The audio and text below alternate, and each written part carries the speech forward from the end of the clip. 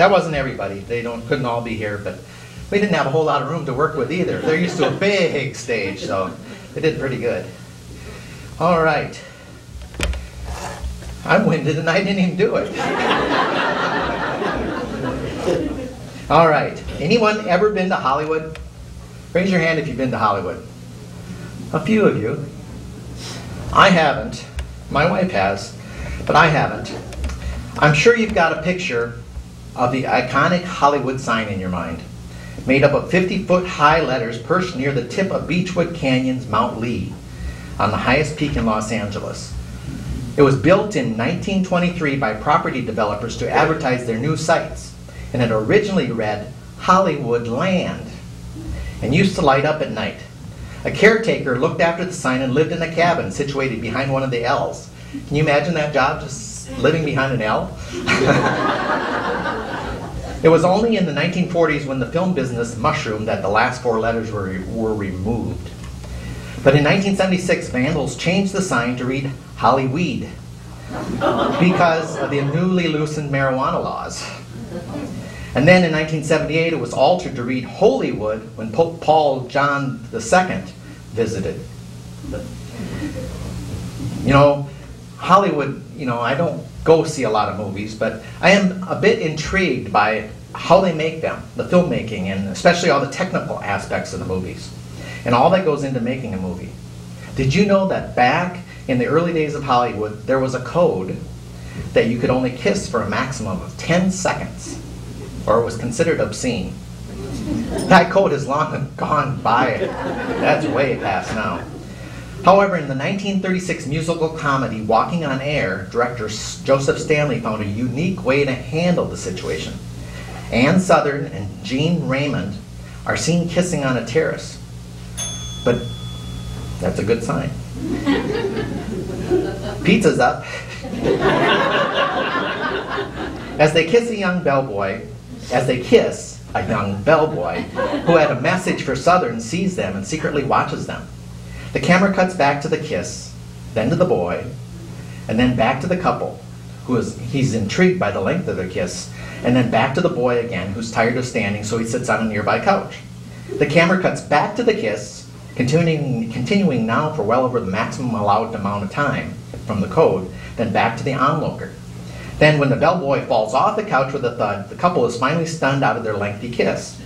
The director followed all the rules because the screen showed them only kissing for 10 seconds. But it seemed like a lot longer time because of the length of time they cut back and forth and back and forth. So they thought, really thought it was a really, really, really long romantic kiss. And this was 1936. They were trying to circumvent all the rules.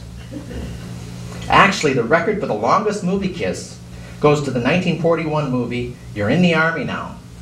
That doesn't seem like that would fit, but where Jane Wyman and Regis Toomey locked lips for 3 minutes and 3 seconds. I wonder how they breathed during that time. Do you come up for air? I don't know. If you're wondering, and I know you are, the first movie kiss was in 1896, and the movie was appropriately titled The Kiss. Incidentally, it was the most popular movie that year. The most kisses in a movie goes to Don Juan, starring John Barrymore, who would kiss his female co-stars a total of 119 times.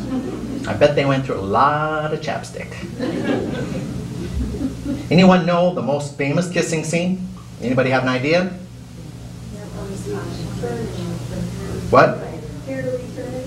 That's correct. Here to Eternity, Burt Lancaster and Deborah Kerr in the 1953 movie classic. Rolling in the sand on the beach with the waves crashing over them. How romantic. To me, it seems a little bit messy. I think I need some chapstick just from talking about all that kissing. But have you ever thought about how they name movies? I did a little investigating and found that there are some bizarre but true movie titles. And here are just a few. Zombies on Broadway. Now, I can understand zombies in Washington, but Broadway? That doesn't make sense. Or how about Bela Lugosi meets a Brooklyn gorilla? Talk about a scary movie, and I'm not talking about the gorilla. And then there's the incredibly strange creatures who stopped living and became mixed up zombies. You know, yeah, that happens in real life, doesn't it? It does in Hollywood. Then, made in 1967, the same year, was Oh Dad, Poor Dad, Mama's Hung You in the Closet and I'm Feeling So Sad. I bet you are. Such an upbeat movie title. Makes me want to go see it. The next one I really like, Cotton Pickin' Chicken Pickers, which was a musical. I mean, I think that would be really fun to go to. I just love saying it, Cotton Pickin' Chicken Pickers. And then this next movie is called Surf Nazis Must Die. Now, where do you get surfing and Nazis in the same? I don't understand how they came up with these things. It's definitely not a Hallmark movie. And then you got Jesse James meets Frankenstein's daughter. You know, I guess it's your classic Western horror flick. I'm sure John Wayne wasn't even interested in being a cowboy in this movie. And then here's one for the kids. Santa Claus Conquers the Martians. And it was filmed in blazing color. Whatever blazing color is. Okay, next, listen closely to the title of this next one. I hope I can pronounce it correctly. That's it.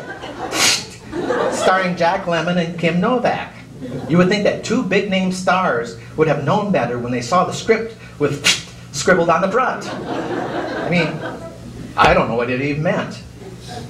And then last but not least, my favorite movie title, Night of the Day of the Dawn of the Sun of the Bride of the Return of the Revenge of the Terror of the Attack of the Evil, Mutant, Alien, Flesh-Eating, Zombified, Living Dead in Shocking 2D. Did I beat it? Yes.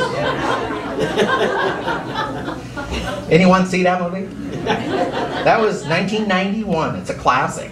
I don't know where. I think that series, they started with Night of the Day of the Dawn of the Sun or something, and then the second one they added, and then they added, and they kept adding to the title. But I don't know what these writers, producers, and directors are thinking. But there are definitely some stinker movies out there.